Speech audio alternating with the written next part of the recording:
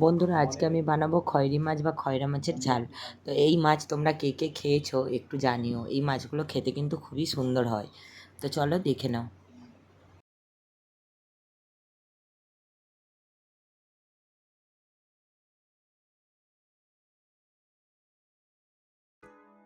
মাছগুলোকে প্রথমে আমি ভালো করে ধুয়ে বেছে নিয়েছিলাম।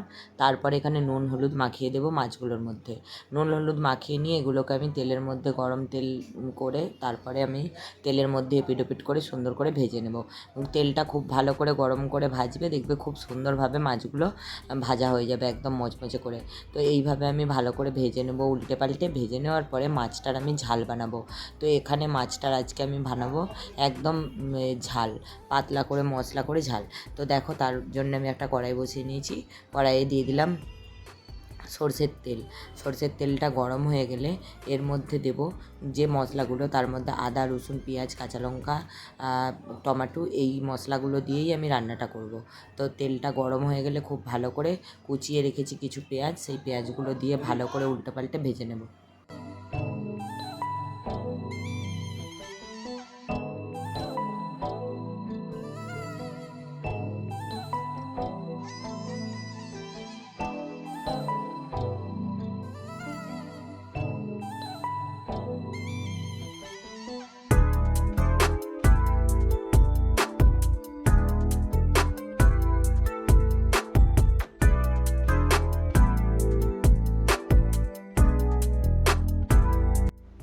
পেঁয়াজগুলো ভাজা করার সময় আমি এখানে একটু লবণ দিয়ে দিলাম।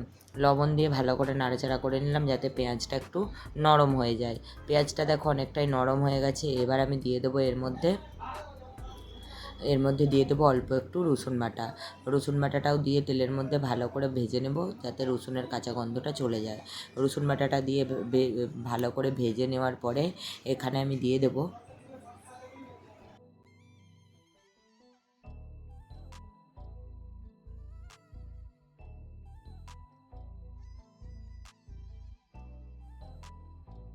টমাটোর কুচি আর কাঁচা লঙ্কা। কাঁচা লঙ্কাগুলো ফালি করা আছে আর টমাটোর কুচিটা দিয়ে দিলাম। দিয়ে আগেই তো একটু লবণ দিয়েছিলাম, তো এবারে আমি দিয়ে দিলাম একটু হলুদ। হলুদের গুঁড়োটা এই কারণে দিয়ে দিলাম, আমি এখন দেবো আদা।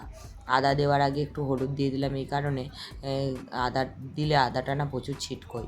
তো তেলের মধ্যে আদাটা তাহলে ছিটকাবে না, তাই হলুদটা আমি দিয়ে দিলাম।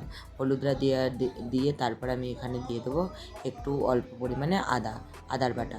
আদার বাটাটাও দিয়ে ভালো করে নাড়াচাড়া করে নেব যাতে আদা থেকে কাঁচা গন্ধটা চলে যায়। তো দেখো, সুন্দর করে মশলাগুলো দিয়ে ভালো করে কষিয়ে নেব।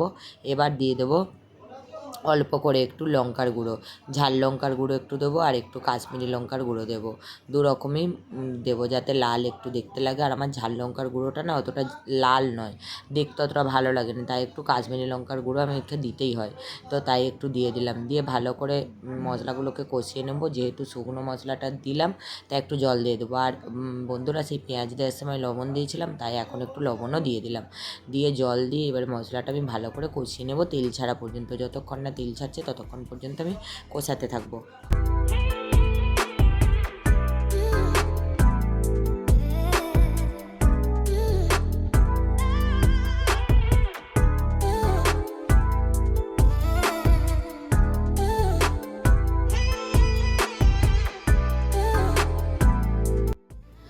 দেখো বন্ধুরা, মশলাটা থেকে প্রায় তেল ছেড়েই আসছে। তো মশলাটা থেকে খুব ভালো করে তেল ছেড়ে গেলে আমি এর মধ্যে জল ঢেলে দেবো। জল দিয়ে মশলাটা ফোটাতে থাকবো। তারপর যে মাছগুলো ভেজে আলাদা সরানো আছে সেই মাছগুলো আমি এর মধ্যে দিয়ে দেবো জলটা যখন ফুটবে। তো জলটা দিয়ে দিলাম, জলটা আমি ফোটার জন্য অপেক্ষা করব।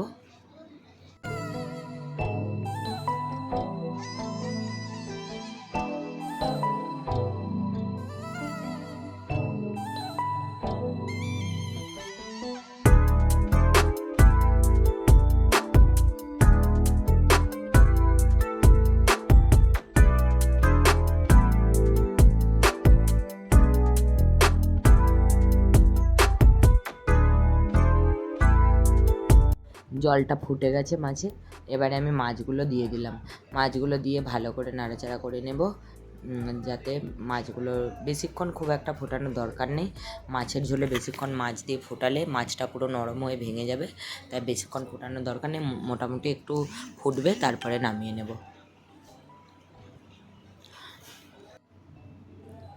এবারে আমি মাছটা নামিয়ে নেব। তো বন্ধুরা, আমি একটু রসই রেখেছি, ভাত দিয়ে মাখিয়ে খেতে ভালো লাগবে, তাই আমি একটু রস রেখেছি। তোমরা চাইলে এই রসটা একটু কমিয়ে নিতে পারো, জলটা ফুটিয়ে নিয়ে, তো আরও ভালো লাগবে খেতে। তো এটাও কিন্তু খেতে খুব সুন্দরই হয়েছিল।